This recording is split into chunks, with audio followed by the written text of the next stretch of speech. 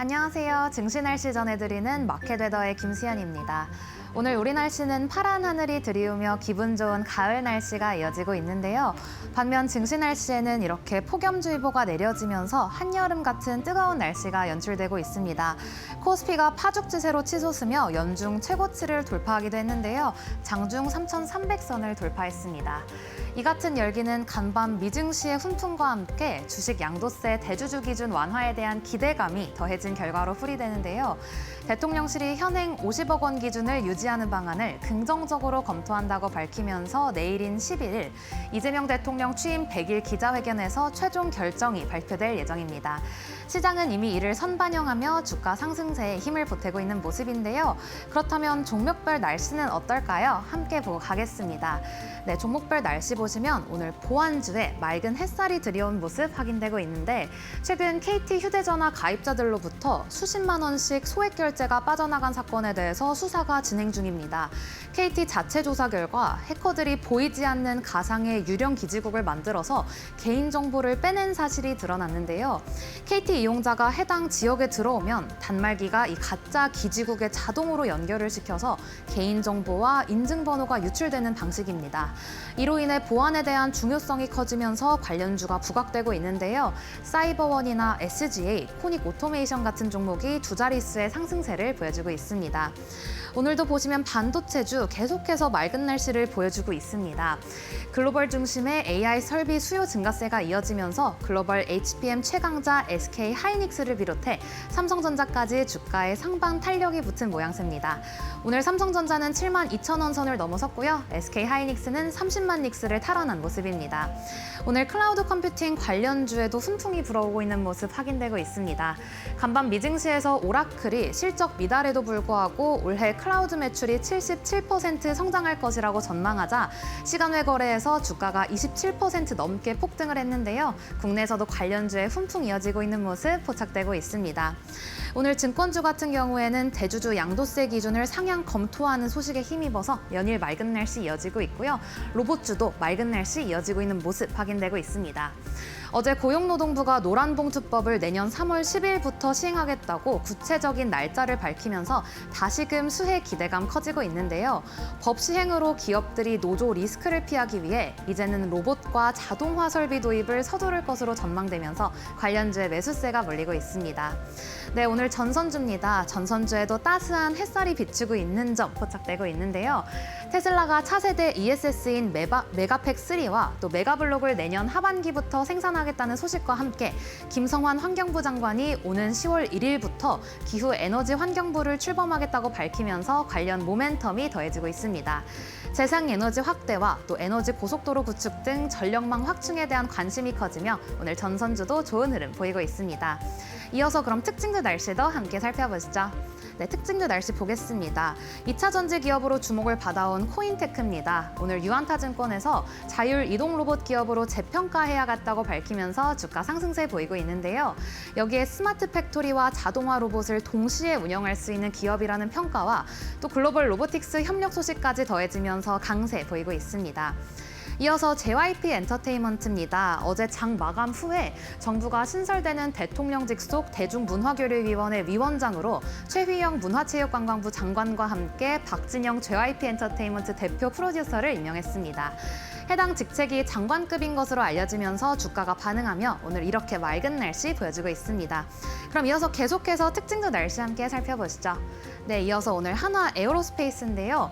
국내 최초로 국방 로봇 체계 양산에 들어간다는 소식과 함께 AI와 스마트시티 등 다양한 로봇 관련 모멘텀이 부각되며 투심이 달아오르고 있습니다. 앞서 한화 에어로스페이스는 방위사업청과 약 2,700억 원 규모의 폭발물 탐지 제거 로봇 양산 계약을 체결했다는 소식이 들려왔는데요. 국산 국방 로봇이 군전력화되는 첫 사례라는 점에서 로봇 활용 확대 기대감이 투심을 자극하며 이렇게 맑은 날씨 보여주고 있습니다. 오늘 HD 현대일렉트릭도 장중 신고가를 경신하면서 맑은 날씨 보여주고 있는데요. 미국에 이어 유럽에서도 전력기기 슈퍼사이클이 이어질 것이라는 기대가 커지면서입니다. 특히 주력 제품인 변압기와 차단기의 해외 수출이 늘어나면서 호실적 전망이 제기되자 주가가 이렇게 오늘 힘차게 오르고 있습니다. 네, 이상 9월 10일 증시 날씨 전해드렸습니다.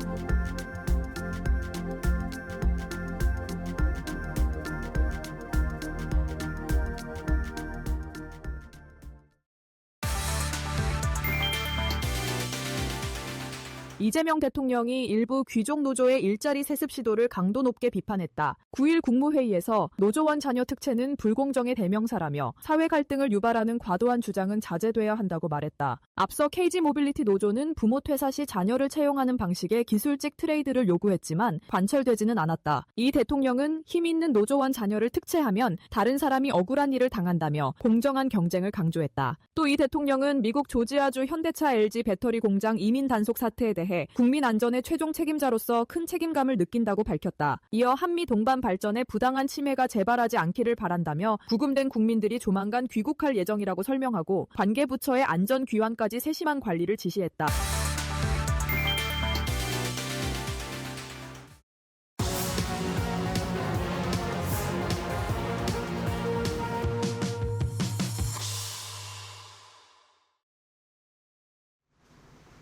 마켓나우 3부 시작합니다. 안녕하세요. 김주영입니다. 오늘 코스피 3,300선을 넘어서면서 연중 고점을 경신해냈습니다. 현재 코스피는 3,309포인트 지나가고 있는데요. 역대 최고점이 3,316포인트였습니다. 2021년 6월이었는데요. 약 4년 2개월 만에 3,300선 위로 올라온 상황이고요. 약 6포인트가량 남겨둔 상황에서 오후장 코스피가 신고가 경신을 해낼지 같이 한번 지켜보시면 좋을 것 같습니다. 확실히 대주주 양도세 기준이 50억 원으로 좀 가닥이 잡히면서 시장의 투심 살아나고 있는 듯한 모습인데요. 시장의 분위기가 바뀌고 있는 가운데 오후장 전략 같이 한번 챙겨보도록 하겠습니다. 네, 이 시간은 이데일리온 김태훈 파트너와 함께합니다. 파트너님 안녕하세요. 안녕하세요. 네, 오늘 연중 고점을 경신해낸 코스피입니다. 확실히 좀 투심이 살아나고 있다라는 느낌이 드는데요. 시장 어떻게 보고 계실까요? 오늘 대형주 중에 빨간불 킨 종목들이 상반기에도 강했던 종목들인데요. 이 추세가 하반기도 이어집니다. 왜냐하면 실적이 그 뒷받침이 되고 있기 때문에 그런데요. 우리가 대표적으로 조방원이라고 부르는 그런 종목들도 오늘 좀 강한 모습을 보였습니다. 왜냐하면 9월은 3분기 실적을 확정하는 달입니다.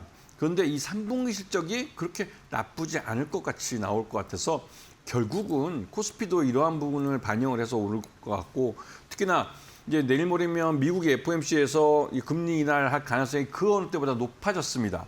그러면 시장 내 유동성이 들어오게 되고 그 유동성은 주가를 밀어 올리게 됩니다.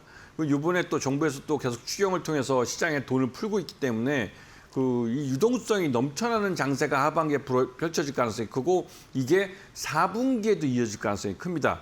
이거는 한국은행이 이제 금통위가 그러니까 4분기 때 10월 달에 이제 예정이 돼 있기 때문에 우리는 미국보다 한 단계 좀 늦게 금리를 인하할 가능성이 크고 그에 따라 4분기 때 시장 내 돈이 흘러 넘치게 될 가능성이 높습니다. 그래서 대형주도 부담 없이 사셔도 괜찮고 SK하이닉스 같은 경우도 실적도 뒷받침되는 데다가 유동성까지 들어오니 주가가 저렇게 훨훨 날아 30만 원 그냥 바로 뛰어넘지 않습니까? 그러니까 대형주라고 해서 비싸 보인다 생각하지 마시고 시장 내에 돈이 들어오니 돈이 주가를 밀어 올린다 생각하시면서 이런 종목들이 적정 주가 이상의 오버슈팅 할 것이라는 것을 일단 대비해서 일단 뭐 대형주도 마음 편하게 매수를 하셔도 되는 그런 시장 분위기가 조성되는 것 같습니다. 네, 앞으로의 시장 전망도 긍정적으로 제시해주고 계시고요. 특히나 대형주 중심으로 지금 담아도 늦지 않았다라고 이야기해주고 계십니다. 그렇다면 오늘 가져와 주신 이슈와 테마 통해서 좀 더 자세하게 살펴보도록 하겠습니다. 데일리 아스닥 살펴보시죠. 네, 오늘 데일리 아스닥 첫 번째 테마는요. 보안입니다. 국내에서 해킹 피해 사례가 계속해서 등장하고 있습니다. SKT 해킹 사건을 시작으로 부각됐던 보안주들인데 최근 KT 가입자들을 대상으로 한 무단 소액 결제 피해가 발생했습니다. 정부 역시 투자를 확대하겠다라고 이야기했던 산업인 만큼 관련한 이슈 체크해 보겠습니다. 두 번째 살펴보시죠. 태양광입니다. 최근 중국의 태양광 제품 가격이 올랐습니다. 중국이 과잉 공급에 따른 산업 저해를 해소하기 위해서 규제에 따른 영향을 받아갔는데요. 또한 미국이 태양광 밸류체인에서 탈중국을 가속화하고 있습니다. 이에 따른 반사이익 기대감 국내 태양광 관련주들의 주가 상승을 이끌고 있습니다. 투자 포인트 짚어보겠습니다. 세 번째 테마 살펴보시면요. 바이오 확인되고 있습니다. 다음 주면 기준금리 인하에 대한 발표가 나옵니다. 스몰컷에 이어서 빅컷에 대한 가능성도 70% 안팎으로 커진 모습인데요. 금리 인하에 따른 수혜주들 시장에서 주목하고 있는 만큼 바이오 관련해서도 체크해 보도록 하겠습니다. 네, 첫 번째 테마 보안 확인되고 있습니다. 오늘 시장에서도 보안주들 좀 상승세를 이어가고 있고요. 특히나 아무래도 계속 피해 사례가 있다 보니까 시장에서 좀 빼놓지 않는 이슈인 것 같습니다. 어떻게 보고 계실까요? 일단 뉴스에서 나온 것처럼 KT가 이 피해를 받는 게 KT가 우리나라 제일 큰 통신사라고 할 수 네. 있는데 이 업체도 뚫려가지고 개인 고객에게 피해를 금전적 피해를 준 상황입니다. 뭐 적은 돈, 얼마 큰 돈은 아닌데 소액 결제가 뭐 여러 번 반복되면서 돈이 빠져나가는 경우니까요. 그래서 아직까지 그 피해 규모는 크지 않지만 그래도 개인이 직접적으로 내 핸드폰을 통해서 내 돈이 빠져나가는 경험을 하니까 이건 진짜 열받을 일이죠. 그렇죠. 그러다 보니까 앞에 일어났던 뭐 SK텔레콤이나 여기서 개인정보가 유출돼 이런 것보다는 더 직접적으로 피해가 오는 사건입니다. 그리고 이게 불특정 다수를 대상으로 생기기 때문에 이 피해가 다른 고객에게도 미칠 수가 있는 것이죠. 그러다 보니 이 보안 쪽에 대한 투자에 대해서 다시 한번 이 기업들의 경각심을 익혀주고 그리고 어차피 또 상반기 때 우리 보안주들을 보시게 되면 상반기 때 대부분의 실적들이 안 좋습니다. 아시다시피 다 잊었겠지만 6월 3일 날 조기 대선이 있었고 그 조기 대선 때문에 여러 가지 이러한 그 발주나 이런 것 대부분 다 그 하반기로 이연이 돼 버렸습니다. 특히 보안 쪽은 투자에서도 이 기업들 투자에서 뒤 후순위를 밀려버리기 때문에 이게 대부분 3분기나 4분기 때를 밀려버렸고 그러다 보니까 상반기 때 실적은 대부분의 보안주들이 적자였습니다. 그런데 이 하반기로 밀린 이 상반기 때 투자해야 될 것이 하반기로 밀려버렸고 또 하반기엔 예정돼 있던 투자가 있습니다. 이게 엎어치기가 돼버린 것이죠. 그래서 4분기 때 아마도 보안주들은 대부분이 흑자를 낼 가능성이 높습니다. 그런 면에서 보안주들을 내 포트폴리오에 꼭 담아두셔야 될 그런 타이밍이 되신 거고요. 오늘 말씀드리고 싶은 것 중에 이제 아톤이라는 업체가 있습니다. 이 아톤이라는 업체가 뭐 지금 한 5% 정도 올랐었는데 아침에 개장했을 땐 좀 더 올랐었죠. 이 업체는 핀테크 쪽에 관련된 보안 솔루션을 공급하는 업체인데요. 이 업체는 원화 스테이블 코인하고도 연결이 됩니다. 그러다 보니 이 아톤에 대해서 원화 스테이블 코인에 대한 뉴스가 나올 때 민감하게 움직이는 그런 종목이기도 하죠. 그래서 이 업체 같은 경우 여러분이 아주 쉽게 그 개인 인증, 간편 인증의 패스라는 게 여러분 핸드폰 갖고 뭐 결제할 때 패스 인증을 요구하는 경우가 많은데 그 패스 인증을 운영하는 회사가 아톤입니다. 그러다 보니 요번에 KT 사건하고도 이 종목이 또 관심이 많아지게 되는 것이죠. 그래서 결국은 이 종목도 실적 쪽 면에서 이제 수혜를 볼 가능성이 크고요. 그리고 지니언스라는 회사가 있는데 이 지니언스는 이 사이버 보안 쪽으로 굉장히 큰 업체고 시장 내에서도 기업들 고객이 많아서 여기에 관련돼서 투자를 많이 받고 있는, 즉 수주도 많이 하고 있는 그런 종목입니다. 그래서 이 업체 같은 경우는 네트워크 보안 쪽, 요즘 네트워크 보안이 굉장히 중요한데 이게 AI 데이터 센터 때문에 이 네트워크 보안이 굉장히 유명한데 이 네트워크 보안에 굉장히 강점을 갖고 있는 회사예요. 그런 면을 잘 보시고 여기 지니어스 같은 경우는 특히 이번에 주목해야 될 부분이 서버 백신이라는 새로운 신규 사업을 시작했는데 이번에 KT 사건이 터진 겁니다. 그 KT가 뭐 가상 기지국을 이용한다고 그러지만 똑같은 예로 이 서버도 가상으로 만들어서 여기서 정보를 탈취해 갈 수가 있어요. 그렇기 때문에 서버에 백신을 미리 놓고 그 외부에 침하는 여러 가지 악성 코드나 이것들을 막아야 되는 그런 필요성이 있습니다. 그런 면에서 지니언스의 신규 사업은 타이밍이 적정하게 잘 맞았다 생각이 드는 것이죠. 그래서 지니언스라는 종목도 보시고 마지막으로 센즈랩입니다. 오늘 아침에 굉장히 강하게 오르는 모습을 보셨을 텐데요. 이 센즈랩은 인공지능 AI 그 기술을 이용해서 여러 가지 다양한 악성 코드가 새롭게 만들어지고 그 새로운 악성 코드가 만들어진 게 이 어떤 서버나 어떤 우리들의 그 개인 정보를 탈취하기 위해서 이런 그 통신사나 이런 쪽으로 공격했을 때 여기에 즉각적으로 AI 기술을 이용해서 이러한 새로운 그 악성 코드에 대한 대응 방법을 만들어서 대응할 수 있는 그러한 솔루션을 갖고 있는 회사입니다. 굉장히 그 AI 기술과 이런 그러니까 이런 인공지능 AI 기술과 이런 보안 기술이 서로 접목이 돼서 이런 변화된 시장의 여건을 가장 잘 적응하고 있는 그런 업체고 향후 이 회사는 성장 가능성이 굉장히 높은 회사입니다. 그렇기 때문에 이 센즈랩 같은 경우는 주의 깊게 잘 보셔야 되고 특히나 인공지능 AI 데이터 센터가 많이 생기고 있는 이 타이밍에 맞는 회사입니다. 그렇기 때문에 센즈랩 같은 경우는 향후 4분기 때 실적도 굉장히 좋아질 가능성이 높기 때문에 실적 면에서도 센즈랩을 좀 보셔야 될 타이밍이에요. 그렇기 때문에 이 회사는 이 특허 부분에서도 미국 특허도 갖고 있기 때문에 미국 시장으로의 성장도 그 점프업도 가능할 수 있기 때문에 이런 면을 보시면서 센즈랩을 주가가 좀 비싸 보인다 하더라도 이거 10,000원 미만에서 굉장히 아직은 싸 보이기 때문에 한번 편입하셔도 괜찮지 않나 그런 생각이 들고 있는 타이밍입니다.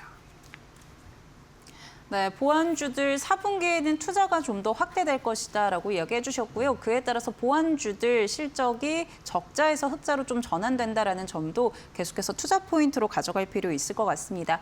관련주로는 아톤 그리고 지니언스, 센즈랩 가져와 주셨다라는 점 전략에 참고해 보시기 바랍니다. 저희 두 번째 테마 살펴보도록 하겠습니다. 두 번째는 태양광 확인해 보려고 하는데요. 최근에 이제 중국산 태양광 가격들이 좀 올랐다라는 소식들 전해지면서 뉴욕 증시에서도 관련주들 상승을 했는데요. 어떤 좀 반사이익 가져갈 수 있을까요? 뉴욕 증시뿐만 아니라 미국은 아예 중국산 태양광 제품이 못 들어갑니다. 네. 왜냐면 지금 현재도 관세가 거의 뭐 다른 것보다 더 비싸게 한 50% 이상 올라가 있는 거고 이게 이런 조 바이든 정부 때부터 여기다 관세를 부과해놔가지고 중국산은 미국 시장에서 완전 퇴출되다시피 했어요. 근데 그 퇴출된 시장을 고스란히 한국의 OCI 홀딩스나 아니면 한화솔루션 같은 이런 회사들, 한국 업체들이 그 시장을 가져가고 있습니다. 그러다 보니 한국 기업들이 태양광 쪽에서는 미국에서도 수익이 좋아지고 있고 우리 한국에서도 이 아리백 투자 때문에 좋아지고 있습니다. 여러분이 아리백 투자라고 얘기를 많이 들어보셨을 것 같은데 이 아리백 투자를 통해서 가장 단기간에 전기를 생산할 수 있는 건 태양광입니다. 태양광이 그래서 관련돼서 뭐 여러분 주의해 보시면 그 야외에 있는 그 주차장 지붕에다가 태양광 설비를 설치하는 거 보였을 거예요. 그게 얼마 전에 법이 통과돼가지고 전국적으로 한 5천여 개 되는 주차장에다가 다 지붕 올리고 거기다 태양광을 올립니다. 그래서 이거는 이제 태양광 만드는 의무적으로 야외 주차장을 해야 되는 거예요. 그리고 그것 외에도 일반 공장의 지붕에다가 또 이런 그 AI가 이런 그 태양광을 까는 거 그리고 AI 데이터 센터의 지하에다가 뭐 ESS 깔 때 거기에 ESS에 저장하는 에너지는 지붕에서 만든 태양광으로 만든 에너지들입니다. 그렇기 때문에 태양광에 대한 투자가 엄청나게 많은 거예요. 그래서 올해 보시면 한국 내에 있는 업체, 태양광 업체들은 대부분 다 흑자로 돌아섰습니다. 상반기 중에. 그만큼 투자가 어마어마하게 이루어지고 있습니다. 그런데 최근 들어 태양광이 좀 주춤하는 이유는 미국에서 트럼프가 또 이제 좀 이상한 말을 했죠. 이 태양광은 사기다.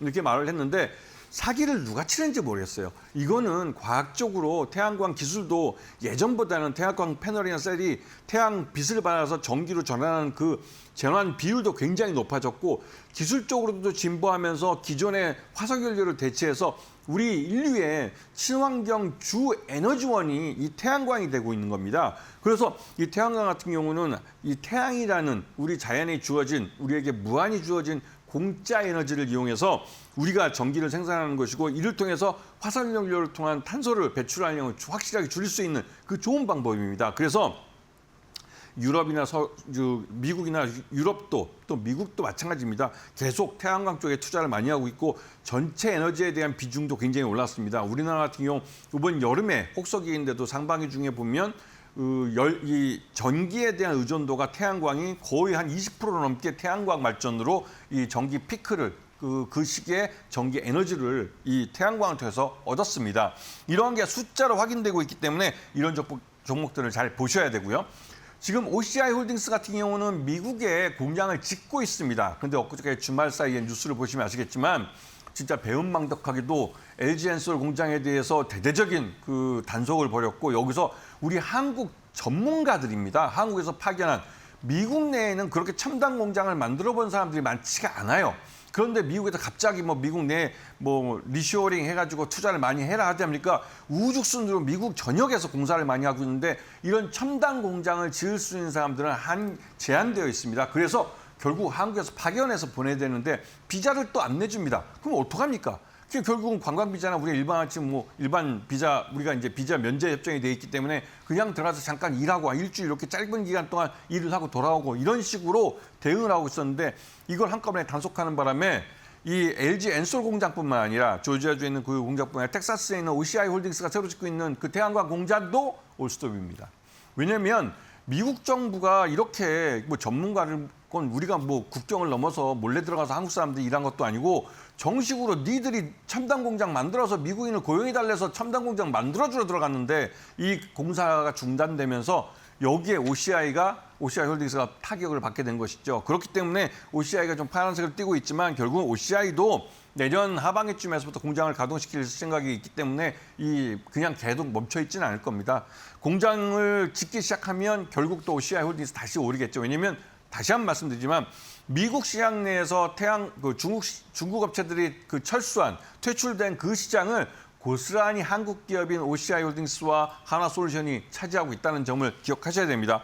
두 번째는 HD 현대에너지솔루션인데 이 업체는 여러 번 말씀드렸지만 우리 전체 매출의 70%를 우리 국내에서 얻고 있는 회사예요. 미국이 아닙니다. 트럼프가 뭔 소리 하든 상관없이 우리 시장은 아리백 투자가 어마어마한 상태예요. 그래서 HD 현대에너지솔루션도 상반기에 흑자로 돌아섰습니다. 그 이유를 숫자를 보셔야죠. 그러면 HD 현대에너지솔루션 이제 겨우 5만 원 넘었는데 아직 갈 길이 멉니다. 기업 가치를 아직까지도 주가에 반영하지 못한 상황이기 때문에 좀 더 긍정적인 시각을 갖고 HD 현대에너지솔루션을 봐주시는 게 좋을 것 같고요. 그리고 이재명 정부의 그 아리백 산단이라고 해서 산업단지 옥상에다가 태양광 발전소를 꾸미는 거 여기에서도 큰 수혜를 보는 그런 종목입니다. 그리고 마지막으로 SDN은 중소기업인데 이 회사는 광주에인가 공장을 갖고 있을 거예요. 호남쪽 기업이고 그래서 여기에서 이 회사가 태양광 모듈하고 태양광 셀을 만드는데 나름대로 잘 만듭니다. 그리고 해외에서 태양광 발전소를 지어본 경험도 있어요. 그래서 이번에 이제 이 SDN 같은 경우는 국내 시장에서 이런 중소기업들, 태양광 발전소를 설치하는 중소기업들을 대상으로 모듈과 셀을 판매하고 있는데 그 덕분에 상반기 실적이 흑자로 돌아왔습니다. 이렇듯이 태양광 업체들은 이제 적자에서 흑자로 돌아서고 있고 이 추세가 내년 상반기까지 꾸준히 이어질 겁니다. 그렇기 때문에 태양광 업체들은 이제 시작을 했다 해도 과언이 아니기 때문에 좀 여유 있고 긴 안목을 보셔도 충분히 수익을 가져갈 수 있는 기회가 있다는 사실을 기억하셔야 합니다. 네, 태양광주들 상반기부터 실적이 찍히고 있습니다. 내년 상반기까지는 이 실적이 이어질 수 있다라는 전망 긍정적으로 제시해 주셨고요. 관련주의 경우에는 OCI홀딩스 지금 중국의 이 밸류체인 좀 벗어나고 있다라는 점에서 긍정적으로 짚어주셨고 HD현대 에너지솔루션의 경우에도 국내 비중이 높다 보니까 이 트럼프발 악재에서도 좀 벗어나 있다라는 점 투자 포인트로 짚어가시면 좋을 것 같습니다. 그밖에 SDN도 이야기해 주셨다라는 점 참고해 보시고요. 저희 세 번째 테마 살펴보도록 하겠습니다. 네, 세 번째는 바이오 살펴보도록 하겠습니다. 금리 인하에 대한 기대감들 많이 확대가 되고 있는데 지금은 사실 로봇주들이 좀 더 강한 것 같고요. 제약바이오 이 부분도 어떤 포인트 좀 짚어볼 수 있을까요? 이 성장주라고 부르죠, 우리가. 네. 이 바이오 쪽도 앞으로 성장을 많이 해갈 그 부분입니다. 왜냐하면 우리가 쉽게 보면 주변에 노인분들이 점점 많아져요. 저도 내일 모레 노인이 될 텐데 그렇게 되면 약을 많이 먹게 됩니다. 네. 그 약을 대해서 예전에는 우리가 다 이제 스위스나 미국에서 이제 사왔지만 이제 우리나라에서 만듭니다. 인천에 엊그저께 이제 대통령께서 참여하신 그 바이오 관련 대토론회 같은 거 인천에서 했었는데 거기 인천에 이제 매립지입니다. 엄청나게 큰 매립지고 삼성 바이오엑스 거기도 매립하는데 제가 아는 후배가 있어서 한번 방문한 적이 있는데 엄청납니다. 그 큰 갯벌에다가 거기 다 매립해서 거기다가 바이오 공장들이 들어서고 있습니다. 송도에 바이오 단지가 엄청나게 크고 그 공장들이 세계인들을 위한 그 약을 만들어내고 그 약값을 굉장히 다운시키게 되는 것이죠.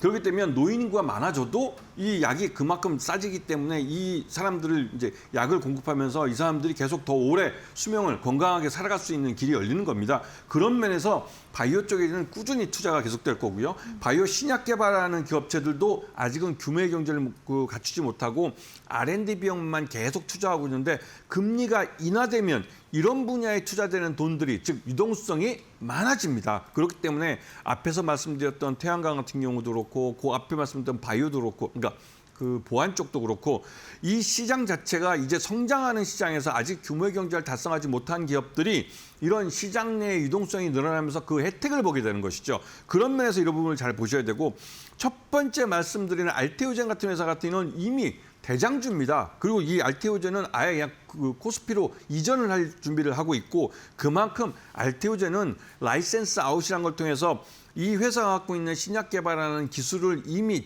제3의 다국적 기업을 통해서 검증받은 회사라는 의미가 있죠. 그렇기 때문에 알테오젠 같은 경우 실적이 앞으로 점점 좋아질 가능성이 크고 라이센스 아웃하는 파이프라인이 늘어나면 늘어날수록 그걸 통해서 실적이 좋아지는 것 숫자로 보여줄 회사입니다. 그런 면에서 관심을 갖고 보셔야 되는 것이고 3빌리언이라는 업체가 있는데 이 업체는 상장한 지 얼마 안 되지만 굉장히 그 기술력 그러니까 이 회사는 유전 질환을 진단 검사하는 특이한 아주 협소한 시장을 갖고 있지만 자기만의 시장을 갖고 있는 회사예요. 기술 장벽을 확실하게 갖고 있는 회사고 이 시장 자체도 이제 시작되는 시장입니다. 시장 초기에 진입을 했고 선점하고 있는 업체고 이 회사가 갖고 있는 기술은 국내에서 매출보다는 해외에서 더 많은 매출, 거의 70%를 해외에서 벌어들입니다. 그 70%의 매출을 일으켜주는 분들이 바로 해외의 부자들이죠. 부자들만이 3빌리언의 이 서비스를 이용할 수가 있습니다. 우리 주변에서 뭐 아프다 하시는 분들인데 건강검진을 하든 병원 가서 검사를 해도 안 나오시는 분들, 이 3빌리언은 유전체 단에서 이 유전체 변이를 통해서 발생한 질환을 잡아내기 때문에 3빌리언은 굉장히 좀 특이한 업체이기도 하고 이 진단을 함으로써 여기서부터 진료 체계 또 진료 방법 이런 것들이 시작이 됩니다. 그렇기 때문에 부유층들은 3빌리언의 서비스를 통해서 자신에 대한 건강 또 자기 가족과 또 나의 미래의 건강에 대해서 또 유전체 단에서 검사를 받고 있는 것이죠. 그래서 굉장히 비쌉니다. 한 번 서비스 받는데도 이게 인간 웬만큼 뭐 검사할 때 몇백만 원 이게 비싸다고 그러지만 여기는 1,000만 원 단위예요. 그렇게 굉장히 비싼 서비스입니다. 그런데도 이 서비스가 외국 사람들은 돈이 많으니까 지불하고 이걸 사용하기 시작했습니다. 올해 상반기 실적이 매출이 한 45억 정도 나왔는데 이 IPO를 할 때 대표님 이쪽 사장님이 올해 그 매출을 한 90억 정도 예상했는데 지금 상반기에 나온 실적 봐서는 달성 가능합니다. 그렇기 때문에 이런 성장이 될 때 외부에서 금리 인하를 통해서 외부 자금이 신규 투자금이 많이 들어올 수 있으면 3빌리언 같은 경우 성장을 계속해 갈 수 있겠죠. 그런 면에서 이 3빌리언 회사는 성장성을 보고 좀 관심을 갖고 보셔도 좋을 것 싶고요. 마지막에 JLK라는 업체입니다. 이 JLK는 그 AI 영상 진단에 관련된 업체인데 이 업체는 그 여러분들 주변에서 이제 얘기 들었겠지만 뇌졸중 진단에 대한 이런 솔루션을 갖고 있습니다. 근데 뇌졸중은 여러분 뭐 아시겠지만 좀 연세가 많으신 분들 그리고 그런 분들이 갑자기 쓰러지거나 그럴 때 아니면 몸에 좀 이상이 생겨서 얼굴 표정이 좀 굳거나 손을 좀 떨리거나 이런 현상이 나타날 때 이 뇌졸중 진단 JLK 갖고 있는 그 솔루션을 갖고 진단을 받아볼 수가 있는 것이죠. 진단을 받게 되면 그때부터 치료가 이루어집니다. 그래서 JLK에 갖고 있는 이 기술은 CT나 MRI나 이런 걸 통해서 영상을 찍어낸 그 사진을 판독을 해서 이분이 뇌졸중이 어떤 단계에 있다 이런 걸 판정하는 겁니다. 그런 면에서 JLK는 성장성이 굉장히 높고 요번에 미국과 일본에서 이 JLK의 솔루션을 사용할 수 있는 승인을 받는 것들이 갖고 요번에 승인을 여러 단계를 받고 있습니다. 그러면서 해외 진출에 대한 기대감을 키우고 있고 내년부터는 JLK는 미국 시장과 일본 시장을 본격적으로 공략하겠다고 했고 일본에서는 그 관련된 분야의 그 석학을 한 분을 이제 전문가를 모셔와서 임원으로 좀 초빙을 했습니다. 이거는 JLK가 확실히 해외에서 돈을 벌겠다는 신호를 주주들에게 보여주는 겁니다. 그런 면에서 이런 것들을 종합할 때 지금은 적자라도 앞으로 돈을 많이 벌면서 흑자로 전환할 수 있는 이런 기업들을 쌀 때 담아야 하는 것이죠.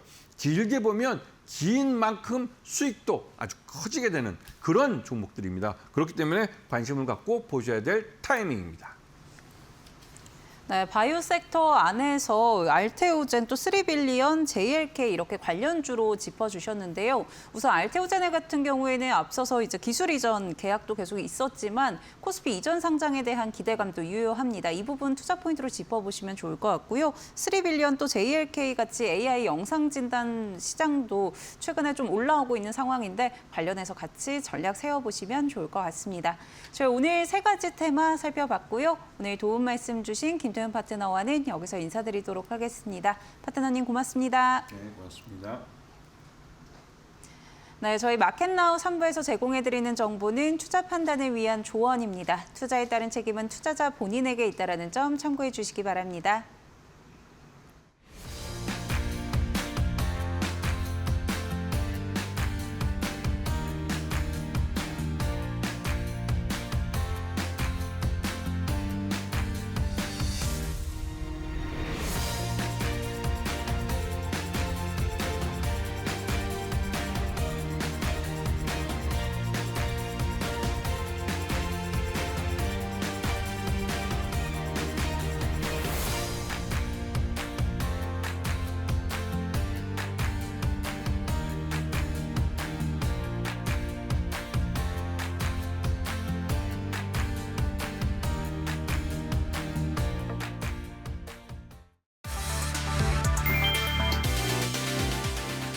KT 휴대전화 가입자들의 소액결제 피해가 속출한 가운데 자체 조사에서 충격적인 사실이 드러났습니다.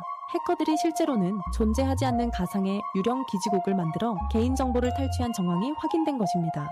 KT는 경기 광명 지역 통화 이력을 추적하다 자사 관리 목록에 없는 기지국 아이디를 발견했습니다. 전문가들은 해당 기지국을 불법 해킹용 사설 기지국으로 보고 있으며 가입자가 해당 지역에 들어오면 자동으로 접속돼 고유 식별번호 등 주요 정보가 빠져나가는 구조라고 설명했습니다. 이번 사태는 국내 최초로 발생한 유형의 해킹으로 전문가들은 초유의 보안 위협이라고 지적했습니다. 과기부는 미상의 기지국이 실제로 발견된 사실을 확인하고 소액 결제가 이 기지를 통해 이루어졌는지 여부를 조사 중입니다. 이재명 대통령은 9일 대통령 직속 대중문화교류위원회를 신설하고 공동위원장에 박진영 JYP 대표와 최휘영 문체부 장관을 내정했다. 강훈식 대통령실 비서실장은 K-팝 세계화를 위해 노력해온 박 대표가 세계와 소통하는 대한민국 문화에 기여할 것이라고 설명했다. 이 대통령은 중앙선거관리위원 후보자에 위철환 변호사를 지명했다. 강 비서실장은 30여 년 경력의 법조인으로 민주적 절차를 보호하고 신뢰받는 선관위를 만들 적임자라고 밝혔다. 국민통합위원장에는 이석연 전 법제처장, 국가건축정책위원장에는 김진애 전 의원이 지명됐다. 대통령실 인사수석에는 조성주 한국법령정보원장이 내정됐다. 이 대통령은 국민이 하나 되는 나라, 문화가 꽃피는 나라, 실용으로 성장하는 나라를 만들어가야 한다며 공직자들이 현장을 섬세하게 살피고 과감한 변화를 만들어달라고 당부했다.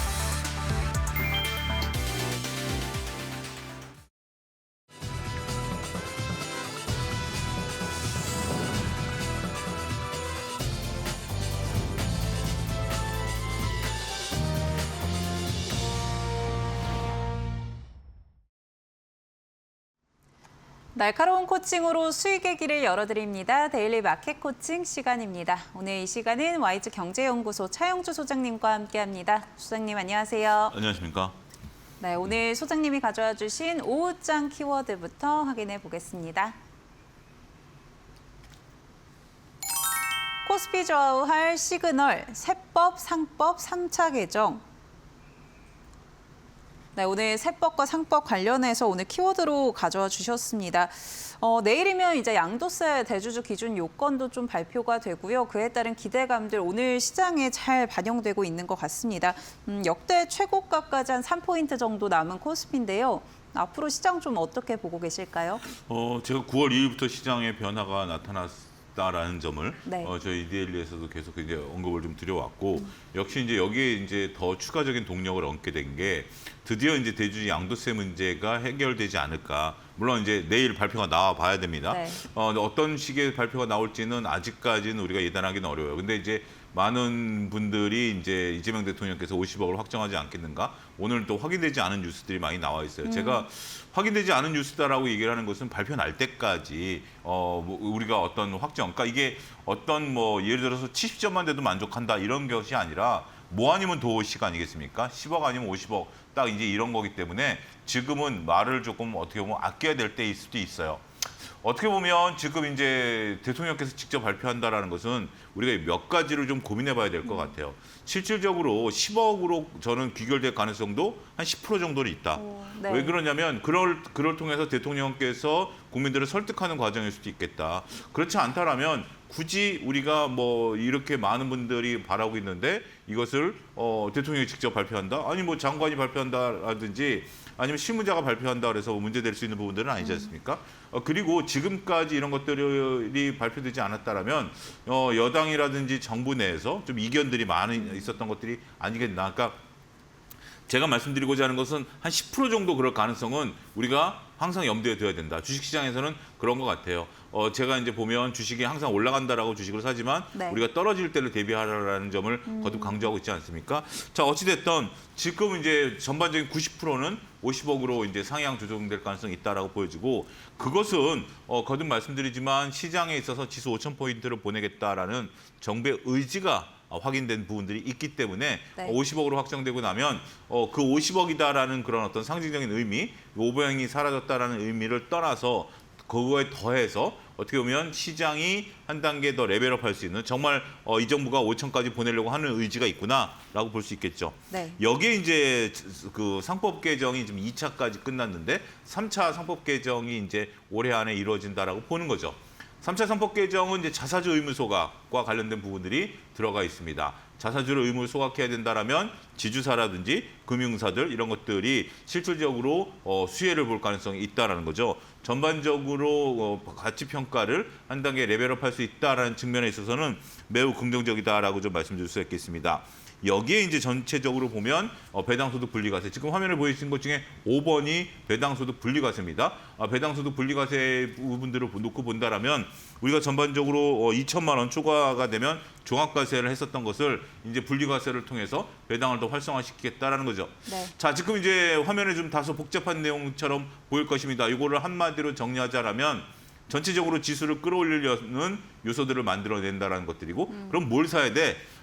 뭘 사야 돼? 이렇게 이제 궁금하실 네, 것 같아요. 많이 궁금하시죠. 이제 제일 여기서 이러한 내용들을 다 통틀어서 딱 뽑는다라면 아무래도 지주사를 꼽을 수밖에 없다라고 말씀드릴 수 있겠죠. 네. 뭐 지주사에 관련된 부분들은 어제도 이제 말씀을 좀 드렸습니다만 자사주를 소각한다라든지 아니면 대주주 상법 개정과 관련된 부분들, 배당소득 분리과세와 관련된 부분들을 놓고 보면 지주사들이 전반적으로 시세를 끊임없이 분출해낼 가능성이 있다. 여기에 이제 또 증시가 올라가게 된다라면 금융사들의 주가가 또 끊임없이 올라갈 가능성이 있다라고 말씀을 드릴 수 있겠죠. 어제도 제가 이제 KB금융 말씀드렸는데 오늘 한 6%대 또 네. 미래셋만 얘기할 때 KB금융 같은 것도 이제 이 말씀을 좀 드려왔는데 전반적으로 시세 흐름들이 다 좋아요. 따라서 지주사라든지 금융사들 좀 적극적으로 봐야 되죠.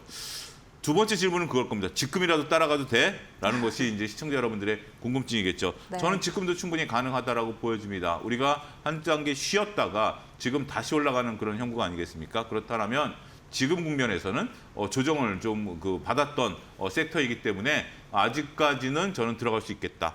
제가 SK하이닉스 갖고도 27만 원, 26만 원대 계속해서 매수 의견 말씀드리면서 30만 익스까지 갈 것이다라고 말씀드린 거와 괴를 같이 합니다. 지금 이것은 직전 고점을 뚫어줄 수 있는 새로운 막대한 육수이기 때문에 우리가 지주사라든지 금융사들에 대해서는 여전히 관심을 가질 필요가 있다. 이렇게 정리하겠습니다. 네, 이에 따른 수혜 가능한 섹터 좀 체크를 해봤고요. 지주사 그리고 금융주 중심으로 좀 봐도 될 것 같다라고 이야기해 주셨습니다. 상반기만큼의 상승세 좀 이어갈 수 있다라고 이야기해 주시면서 신규 진입도 가능하다라고 짚어주셨다라는 점 체크해 보시면 좋을 것 같은데요. 그렇다면 오후장 전략 통해서 좀 더 자세하게 짚어보도록 하겠습니다. 오후장 전략 확인해 보시죠. 실적, 수주 모멘텀, 전력기기주 주목. 네, 두 번째 오후장 전략은 좀 전력기기 관련해서 체크해 보도록 하겠습니다. 오늘 장에서도 전력기기 흐름 굉장히 좋습니다. 사실 이제 반도체도 AI 사이클 안에 있는 거잖아요. 그렇다면 또 전력도 빼놓을 수 없을 것 같은데 오늘 장에서는 보니까 HD현대일렉트릭이 최근에 좀 횡보를 했었는데 흐름이 굉장히 좋더라고요. 네, 그렇습니다. 일단 제가 HD현대일렉 같은 경우는 개장 때도 네. 어제 말씀드렸고 그다음에 이제 어제 오후에도 전력기기들에 대해서 말씀을 좀 드려왔죠. 뭐 공통된 말씀을 좀 드려왔습니다. 수주 잔고가 막대하다라는 점, 이런 점들이 오늘 또 신규 수주와 관련된 부분들에 따라서 다시 부각이 됐다라고 말씀드릴 수 있겠습니다. 효성중공업의 상승 흐름이 가장 큰데요. 효성중공업의 수주 잔고가 한 10조 정도, HD현대일렉 같은 경우는 9조 정도 수주 잔고가 있는 상태죠.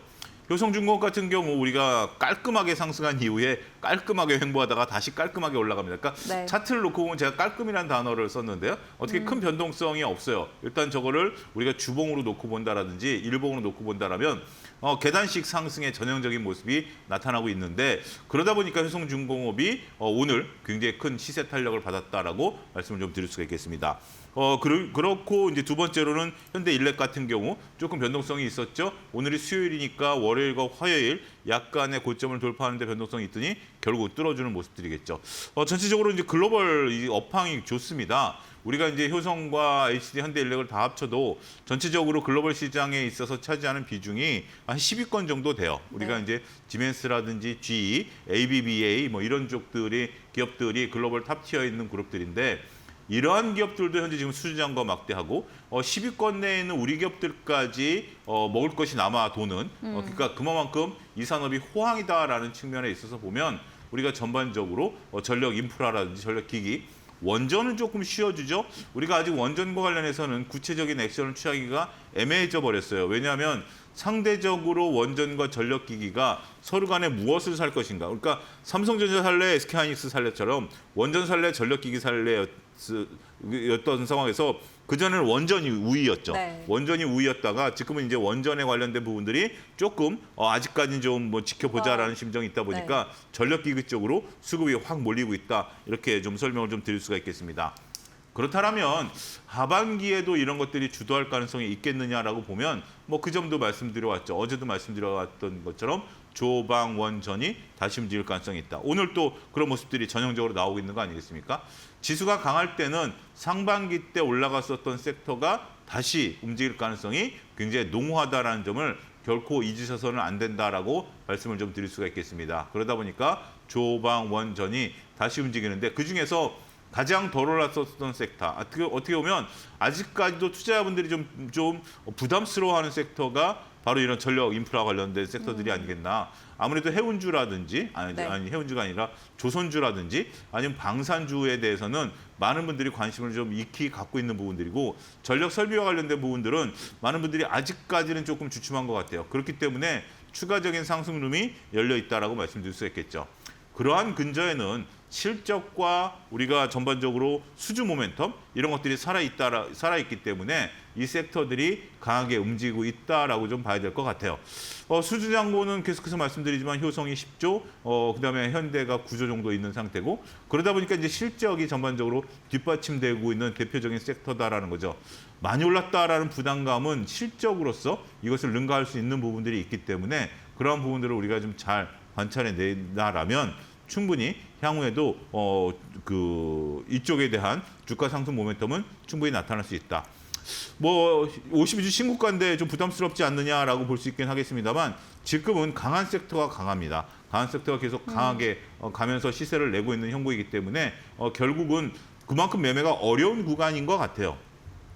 안타깝게도 안 오르던 2차 전지 같은 경우는 오늘도 여전히 빠지고 있는 거 아니겠습니까? 네. 전력기기가 가면 뭐 이런 식으로 볼 수 있겠죠. 오늘 뭐 로봇도 움직이다가 좀 주춤한데 로봇, 전력기기, AI 이런 것들을 하게 되면 결국 우리가 ESS라든지 2차 전지가 움직여야 되는 거 아니야? 네. 라고 또 말씀하시는 분들도 있어요. 그 논리가 잘못됐다라고 보여지지는 않습니다. 하지만 현재 지금 2차 전지는 시장에 있어서 시세를 못 내고 있는 상태고요. 오히려 전력기기 쪽에가 시세를 좀 강하게 내고 있으면 역시 달리는 말에 지금은 순응해야 되는 그렇기 때문에 안 오른 것을 갖고 버텨내기보다는 오른 것을 따라가야 되기 때문에 참 매매하기 어려운 지수는 올라가고 있는데 실질적으로 매매하기 어려운 시장이다라는 점도 말씀드려야 될 것 같습니다.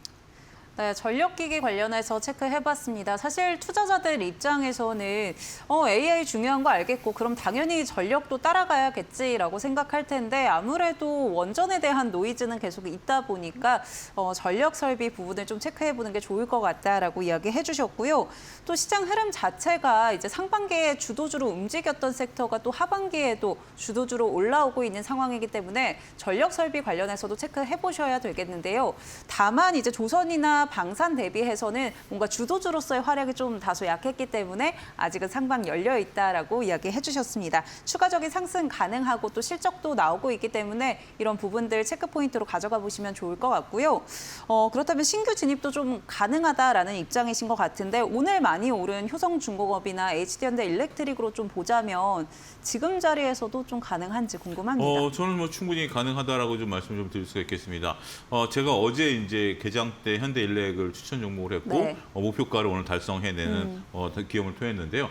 일단 지금 현재로서는 충분히 그러니까 지난 금요일 날 상승한 이후에 우리가 월요일 날, 화요일 날 조금 쉬어주는 모습들을 보였었죠. 그러다가 오늘 슈팅이 나온 구간이기 때문에 충분히 추격 매수는 가능하다. 특히 오늘 같은 경우 이제 외국인들 매수세가 좀 유입되고 있는 거 아니겠습니까? 이럴 때 그러면 어떻게 리스크 관리를 하면서 매수를 들어가느냐라는 것은 결국 우리가 5일 이동 평균선을 깼을 때, 그러니까 네. 그러니까 두 가지 방법이 5일 이동 평균선을 깬다라든지 내가 산 가격에서 한 3-4% 정도 빠지면 그때는 손절을 각오하고 들어가셔야 된다라는 거죠. 그러면서 점점 이게 이렇게 차트가 올라가게 되면 손절 라인도 따라서 올라가는 그런 식으로 하면서 추세를 따라가는 추세 추종 전략을 여러분들이 펼치시게 된다면 좋은 수익을 거둘 수 있을 것 같아요. 뭐 SK하이닉스를 뭐 쉽게 비교해 드리면 27, 8만 원대 좀 두렵다라는 의견도 많이 있었죠. 특히 이제 알리바바에 대한 노이즈 이런 것들이 있었긴 했습니다만 여전히 이렇게 추세를 추종하게 되면 그러니까 개인이 매매하는 방식 중에 가장 좋은 방식은 추세를 추종하는 거예요. 네. 추세가 없는 구간. 거듭 말씀드리면 2000지 같은 경우는 추세가 없죠. 그러다 보니까 올라가다 주저앉고 올라가다 주저앉고 하는 행태가 반복되고 있다라고 볼 수밖에 없을 것 같아요. 따라서 추세를 우리가 잘 추종하기 위해서는 추세가 형성된 구간. 물론 뭐 현대일렉트릭 같은 경우도 효성중공업 같은 경우도 저는 나쁘다라고 보여지지는 않고 대한전선이라든지 산일전기 오늘 같은 경우 이제 같이 또 올라가는 모습들을 보여주고 있지 않습니까? 네. 만약에 이런 종목들에 여러분들이 그 퍼포먼스라든지 내용, 그다음에 주식에 대한 어떤 보유 비중이 있다라면 이런 것을 추가 매수하는 것도 저는 나쁘지 않다. 그러니까 우리가 그 계좌를 분할할 때 지금 내가 대한전선이라든지 산일전기가 있는 분들이 굳이 효성중공업이라든지 이런 걸 살 필요는 없겠죠. 왜냐하면 비슷한 섹터니까 네. 오히려 조선주라든지 방선주를 사야 되는 거기 때문에 그렇지 않고 신규 매수로 들어간다라면 저는 현대일렉 같은 종목들을 편입하는 것도 좋은 전략이 될 수도 있겠다 이렇게 정리하겠습니다. 그러면 오늘 소장님의 최선호주 혹시 들어볼 수 있을까요? 예, 가운데? 최선호주는 이제 방금 말씀드린 현대일렉트릭이고요. 현대일렉트릭 같은 경우는 한 60만 원 넘어서까지 네. 충분히 퍼포먼스가 나올 가능성이 있겠다 이렇게 말씀드리겠습니다. 그럼 앞에 SK하이닉스 간단하게 짚어주셔서 이 부분도 한번 질문 드리도록 하겠습니다. 사실 어제 이제 저희 네. 이야기 나눌 때 뭐 33만 원까지 충분히 돌파 네. 가능할 것 같고 35만 원까지도 좀 열려 있다라고는 이야기 해주셨는데 그러면 지금 자리에서 좀 진입하고 싶으신 분들도 있을 것 같은데요. 뭐 가능할까요? 뭐 저는 SK하이닉스는 가능합니다. 역시 이런 것들은 그냥 무조건 뭐 앞으로 40만 원, 50만 원 간다라고 진입한다라는 것은 현실감이 좀 떨어지죠. 지금 사시겠다라면 리스크가 그만큼 큰 겁니다. 꼭 손절매를 거십시오. 손절매를 안 걸고 차용지가 33만 원 간다고 그랬으니까 그냥 무조건 사서 난 10%만 먹을게 이럴 분은 절대로 사지 마십시오. 절대로 사지 마시고요. 33만 원에 갈 수도 있고 다시 30만 원이 깨질 수도 있는 겁니다. 주식이라는 것은 지금 구간에서는 30만 원이 깨지면 좀 골치 아파지거든요. 그렇기 때문에 리스크 관리가 가능한 분은 가능한 분만 들어가시고 가능하다라면 저는 충분히 지금 구간에서는 또 여전히 베팅해 볼 만한 구간에 있다 이렇게 정리하겠습니다. 네, 좀 단기 트레이딩 접근으로 방향을 잡아봐야 될 것 같고요. 그러면 오늘 사실 이제 전고점 돌파를 했는데 연중 고점을 네. 간단하게 전략 챙겨주실 수 있을까요? 전체적으로 시장은 이렇게 계속해서 고점을 이제 높여가는 부분들, 정확히 제가 이제 9월 2일부터 변곡점이 나왔다라는 부분들을 말씀을 좀 드려왔기 때문에 시장 결코 약한 건 아니에요. 여기에 네. 이제 내일 대통령께서 어떤 얘기를 하느냐가 이제 관건이 되겠죠. 만약에 시장에 찬물을 끼얹을 얘기가 나올 확률은 한 10% 정도는 염두에 두셔야 돼요. 그러면 만약에 시장이 변동성이 생겼을 때 내가 어떻게 대처할 것인가 하는 부분들을 봐야 되겠습니다만 그렇지 않다라면 결국 3,500을 가기 위해서는 지금 우리가 3,300을 이제 뚫어주는 그런 모습들이 나와야 되는 거기 때문에 긍정적으로 시장은 잘 가고 있다. 그러면 지금부터는 포트폴리오의 3분의 2 정도는 공격적으로 들어가서 네. 수익을 챙겨야 될 구간이다. 하는 순간에 지수가 많이 올랐으니까 지금은 조정을 기다려야 되는 거 아니야라고 이렇게 생각하시는 분들도 있으실 텐데 지금 이제부터 올라가는데 조정을 기다린다라는 것은 저는 여기까지 들어보도록 정리가 아니다라고 말씀드리겠습니다. 하겠습니다. 네, 전략까지 한번 챙겨봤고요. 오늘 도움 말씀 주신 소장님과는 여기서 인사드리도록 하겠습니다. 고맙습니다.